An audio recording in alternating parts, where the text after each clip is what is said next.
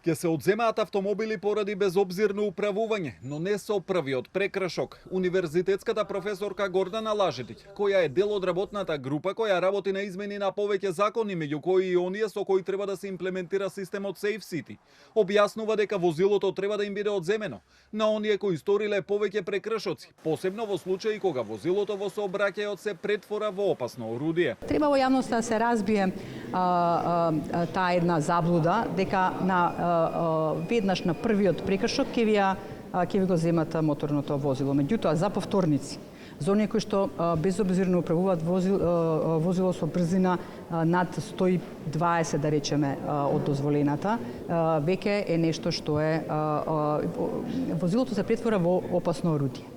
И тоа мора да биде одземено. И нашата сообраќајна некултура, која што е резултат на општата некултура што владее во државата, едноставно ќе мора на овој начин да се регулира. За да се имплементира системот Safe City целосно и да профункционира, во меѓувреме треба да се променат неколку закони, како Законот за безбедноста во сообраќајот, Кривичниот законник и Законот за прекршоци. Со стапувањето на сила на измените, се очекува и судските оделенија за прекршоци да се соочат со зголемен број на постапки. Ке може системот да се справи. На самиот почеток очекуваме сите дека ќе има поголем број на пристигнати барање за поведување на прекршочна постапка, бидејќи целиот систем е така поставен, меѓутоа едноставно тоа ќе биде во еден дел поголем товар малку на судовите, доколку луѓето, граѓаните не се согласни да платат глобата, па одат на нисудска постапка. Така што има многу можности како да